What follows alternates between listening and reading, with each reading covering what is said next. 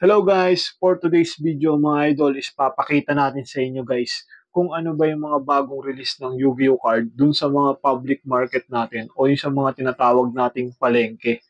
Okay? Meron din naman ito na mga tinitinda like sa Divisoria or Shopee. Okay? Ito yung mga nabibili natin mga murang cards. I think this card is mga bagong release na ito guys kasi yung mga nandito is I think this is the War Gods o yung Bujin. Tapos ito naman hindi ko alam kung saan release to. Ito sa Phantom. Ang ang kulit lang nitong box nito guys kasi tignan nyo. Ang ganda niya, di ba? Mayroon siyang mga parang crystal. Ito na yung bagong release niya. Tapos ayan. Maganda yung pagkakagawa ng box niya. Sa likod, sino ba to? Si Yuya ba yan? Okay. Tapos ito. Ito naman yung mga characters sa likod na makikita natin. Maganda rin. May napansin lang ako rito guys. Kasi tignan nyo. Meron siyang, eto, kasama ni Yuya, yung dalawang character do sa Dragon Ball Z. I think Goku and Vegeta. Ayan, si Vegeta. Kaya kasama niya dito, ito, focus natin guys. Ayan o, si Goku and Vegeta. Hindi ko akalain na naglalaro din pala ng cards yan. Okay.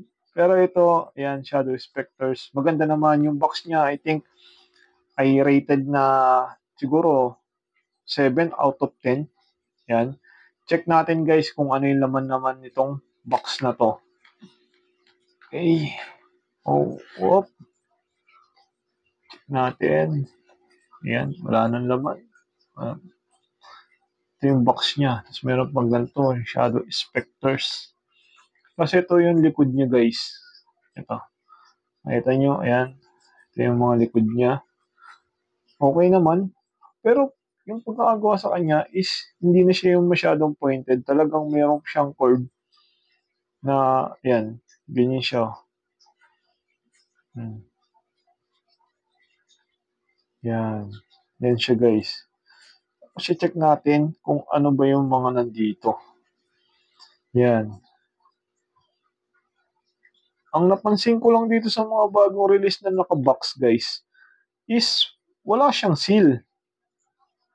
Yung mga dati kasi ng mga box na ganito, kung natatandaan nyo, yung mga unang labas, kung naglaro kayo ng una nito, meron yung mga butas dito eh.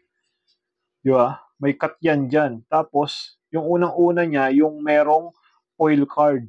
Pero to may foil card naman. Nilagay ko lang muna rito sa likuran para huli natin makita. Pero ito lang ang pagkakaiba nila. Wala siyang seal. Yan. Pero yung effect niya, pay 2,000 life points, then target one monster in graveyard. Special summon in face down defense position. I think tama naman yung effect. Yan. Maganda naman yung pagkakagawa sa kanya. Ito nga yung mga dikintab guys eh. Ito yung mga maikintab. Kaya lang, ang problema lang, wala siya talagang seal. Kasi nga, fake siya. Okay? Mukhang tama naman. If you control Abyss Warrior type, ayan o, Bujin.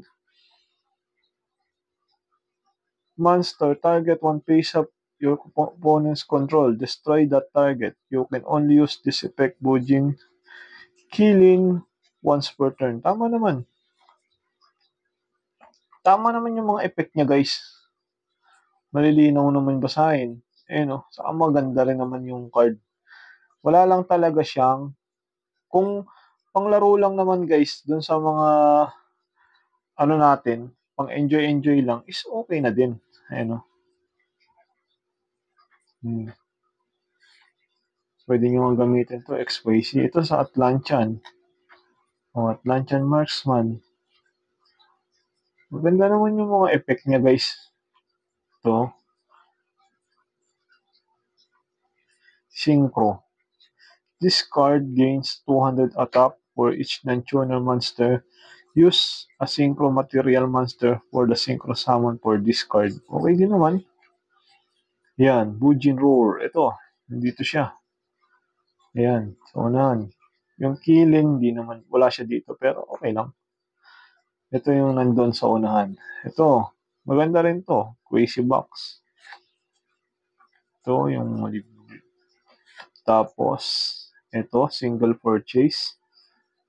If you have 3 or more cards in your hand other than this card, and none of them are monsters, banish your entire hands face up. Add 1 monster from your deck to your hand. If you do, you cannot normal or special summon any monster for the rest of this turn, except the monster with that name. Ito yung mga cards na kapag gipit ka na guys kailangan mong gamitin. Ito, Luncheon Marksman. I think nakakuha na ako nito. Luncheon Marksman. Doble na siya. Ayan Doble. Doble na siya guys. Tapos, ito naman is doble na din to. May mga doble rin sa cards. Dragon Shield. Maganda rin to guys. Equip only to. Kung dragon type yung mga binubuo nyo, maganda to. Cannot destroy by battle or card effect. Also, neither player takes battle damage involving this card. Maganda to sa mga dragon. Ang pinaka wala lang tong silbi kapag ka nag-bounce back yung isang dragon type mo na monster. Halimbawa, na kickback o kaya yung compulsory, yan. Kasi it cannot destroyed by battle lang naman siya. Pero pwede siyang bumalik.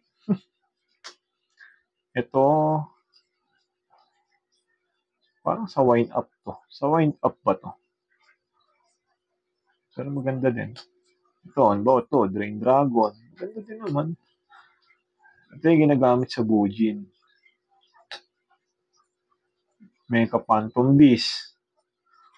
Okay. Sharksisar. Okay. Natural Bone, Saurus.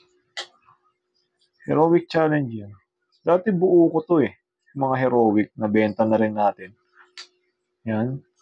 Ito maganda rin to kung sa mga warrior type yung binubuo nyo guys.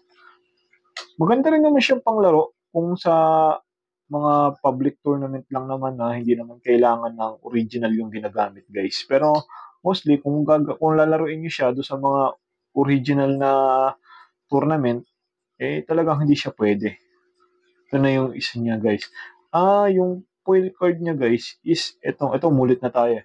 Itong Atlantean Marksman. Tingnan yung pagkakagawa sa kanya. Parang yung box niya alam ko sa Orig, parallel ang tawag sa ganito Parallel rare? Hindi ko lang sure. Basta nasa ganun siguro. Yan Tapos yung likod. Yan. Okay din naman. For me, guys, maganda rin naman siya kung lalaruin nyo siya kung sa mga ordinary games lang naman. Okay. Yung point niya parang medyo malaki siya ng konti Ayun. Makikita nyo, exist siya ng konti rin sa mga ibang card. Ayun.